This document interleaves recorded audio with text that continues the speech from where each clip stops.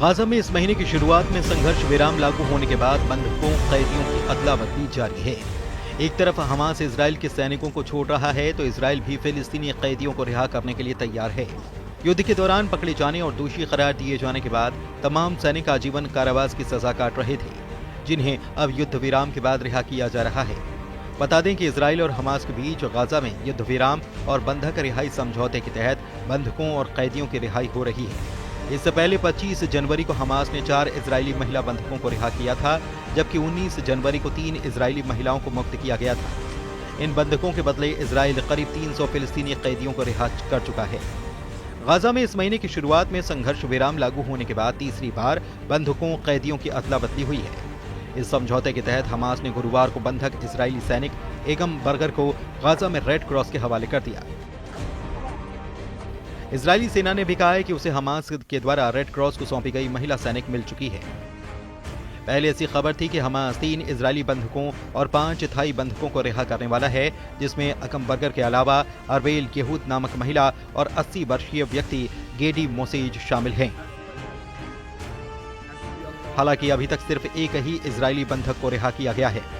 Israel भी इस समझौते के कारण 110 फिलिस्तीनी कैदियों को रिहा करने के लिए तैयार है।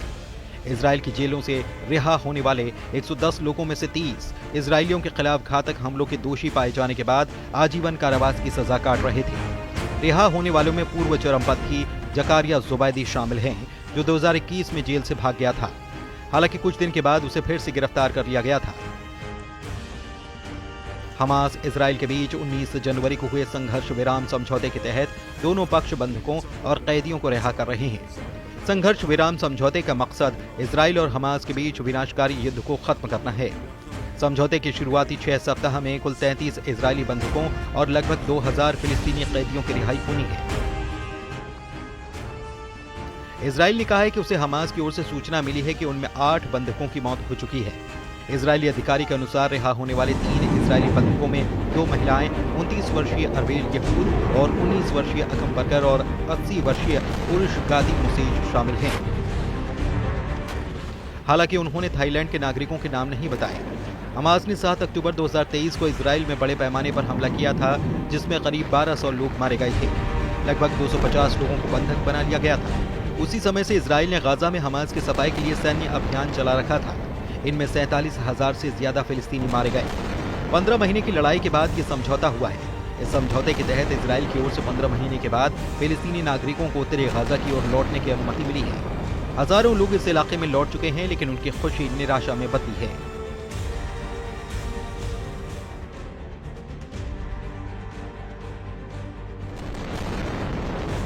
बमबारी में उनके घर तबाह हो चुके हैं, जो रहने लायक नहीं है। इधर कब्जे वाले वेस्ट बैंक में मंगलवार रात और बुधवार को इजरायली गोलीबारी में 2 फिलिस्तीनी मारे गए। फिलिस्तीन के स्वास्थ्य मंत्रालय ने ये जानकारी दी है।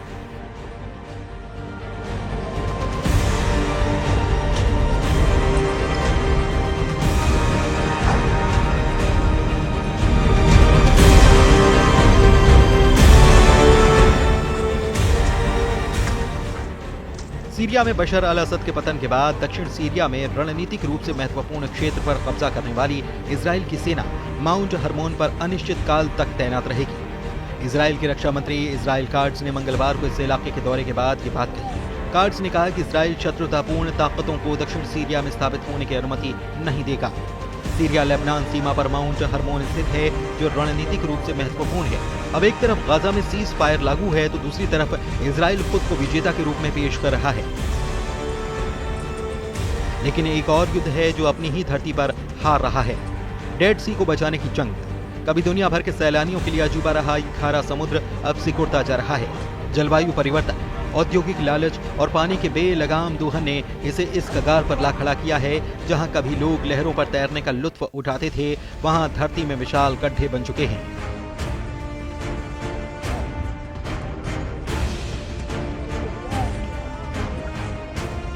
डेड सी जॉर्डन और इजराइल के बीच स्थित एक खारा समुद्र है और ये पृथ्वी का सबसे निचला जल निकाय है। एनगेडी बीच बीते 5 सालों से बंद पड़ा है। वजह सिर्फ ये नहीं कि समुद्र का जल स्तर तेजी से घट रहा है, बल्कि ये भी कि सिंक होल्स इसे बेहद खतरनाक बना चुके हैं। डेड सी की ये दुर्दशा कोई नई नहीं। इजराइल, जॉर्डन और फिलिस्तीन सीमा से सटा ये समुद्र कई सालों से इसी हाल में है। लेकिन अब जब पूरा मध्य पूर्व युद्ध की आग में जल रहा है तो इस पर्यावरणीय त्रासदी को रोकने की उम्मीदें भी धुंधली पड़ती जा रही हैं।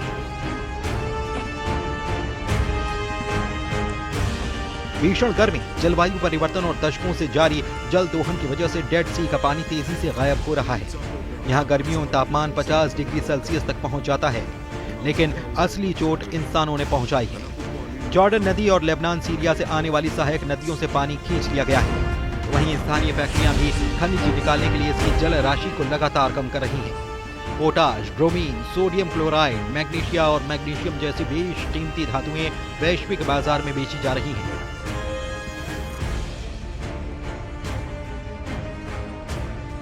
जानकारों का कहना है कि डेड सी का सिकुड़ना इजराइल के पर्यटन उद्योग के लिए भी एक बड़ा झटका है।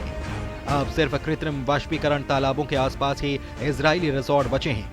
असली डेड सी अब सैलानियों से दूर हो चुका है। डेड सी संकट को हल करने के लिए पहले भी कई कोशिशें हुई, जिसमें इजराइल और जॉर्डन के बीच हुए समझौते शामिल हैं, लेकिन गाजा और दूसरी जगहों पर जारी युद्धों ने क्षेत्रीय तनाव को चरम पर पहुंचा दिया है। ऐसे में सीमा पार के पर्यावरणीय मुद्दे सरकारों की प्राथमिक सूची में पीछे छूट गए हैं। इजराइल के पर्यावरण मंत्रालय में लंबे समय से इस मसले पर काम कर रहे हैं ओहाद कार्नी, जिनका कहना है कि सरकार कई संभावित समाधानों पर विचार कर रही है। इनमें एक डिसैलिनेशन प्लांट स्थापित करना और उत्तर या दक्षिण से एक नहर बनाना शामिल है, जिससे न केवल डेड सी बल्कि पूरे क्षेत्र की पानी की समस्या का समाधान हो सके। Bureau report, news 18।